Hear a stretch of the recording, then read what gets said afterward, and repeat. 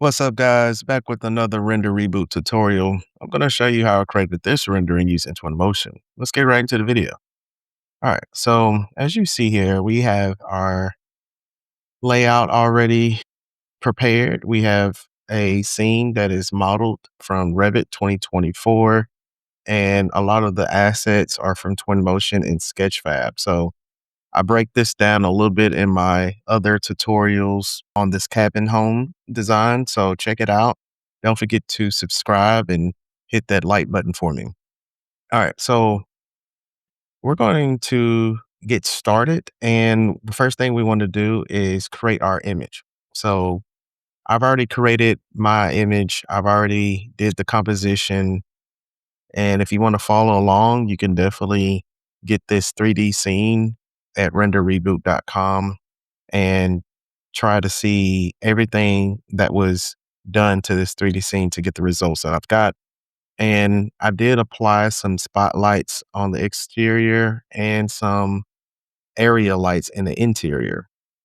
All right. So that being said, I do have Path Tracer activated. It's on high right now.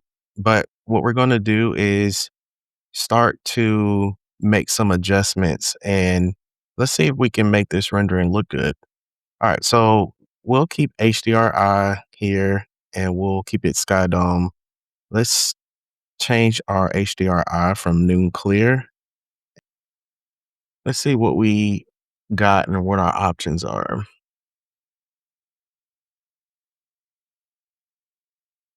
I'm gonna actually look for this one.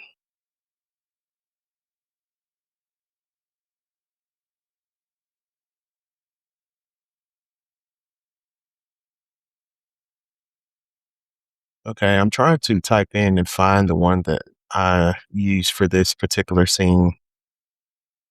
Believe, let's see if we can find it.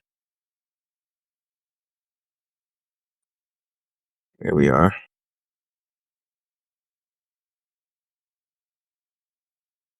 Okay, so I use the Champagne Capsule one. So we're going to drag this outdoor HDRI onto our viewport here.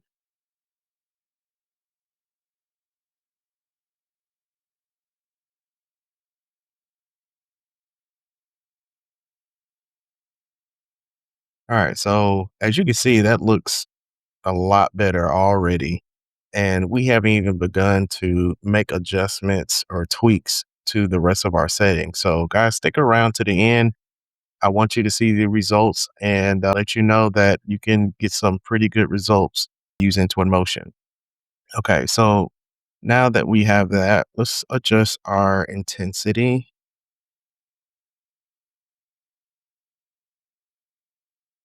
into 1.25. And we're going to rotate our HDRI from 90 degrees to 60 degrees. So we can rotate this HDRI, just kind of show you what it looks like in the background. So I didn't want this, I didn't want this big hill or this big mountain to show. So I wanted to make it 16, just to kind of show a little bit here.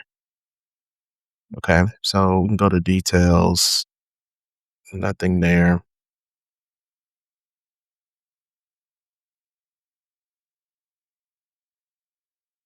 Okay, so I believe that's it for this setting. Let's go to our camera and let's make some adjustments there. All right, so here we have auto exposure checked. I'm going to uncheck that and I want to make my own adjustments. I want more control. So instead of 8.13, we're going to use 7.0. And our white balance is at 69. I'm going to change that to 6,500. And for our local exposure, we're going to enable that. And we're going to make some adjustments. So it looks pretty muted.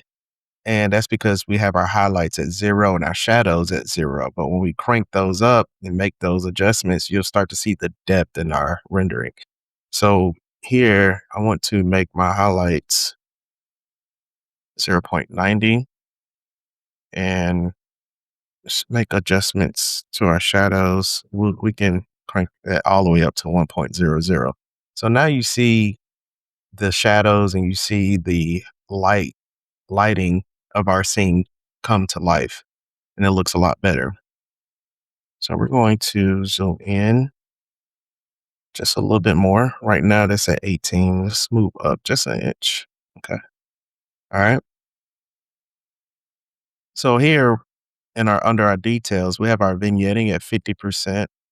And I explained this plenty of times before, but vignetting is pretty much going to hone in on our subject, and it's going to darken our corners on our screen and just kind of show you a little bit what I'm talking about.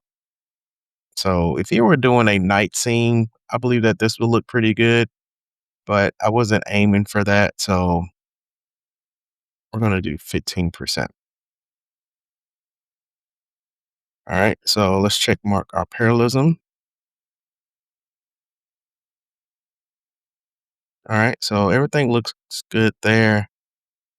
And before we go to our render tab, let's go to FX. Guys, don't forget to hit that like button for me and hit the subscribe bell. Just go to FX. And our FX, we're going to make some adjustments and some refinements to our contrast, our saturation, our clarity, and our sharpness. So here for contrast, we'll do 48%. Saturation, let's do 38%.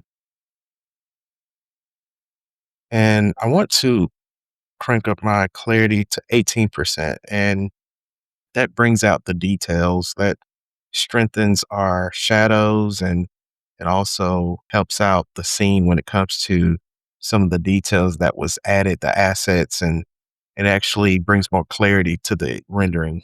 So our sharpness, make that 10%. All right, go to LUT. And here I went to our lookup table, and here for the filters, you can definitely choose a lot of them. I chose Vice 2 for this particular scene.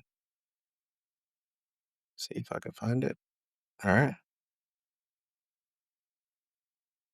All right. So let's go to image here. And I'm going to do a custom this time. Usually I'll select 8K, but we're going to do a custom. So for our width, we're going to do 4,000. And for our height, we'll change it to 3,000. And we're going to hit tile rendering. Now let's go back to render. In here, we have our path tracer set on high, samples per pixel at 256. And to enhance that, we can do 2048. And I'm gonna change that max bounce to 30. So I'm gonna leave the emissive materials checked. And I'm not gonna mess with the fireflies, that's fine. And I'm gonna check denoiser. So that pretty much sums up the path tracer settings that I use for this particular 3D scene. I think it came out very well. Don't forget to hit that like button and hit the subscribe bell. And we'll be back with another one.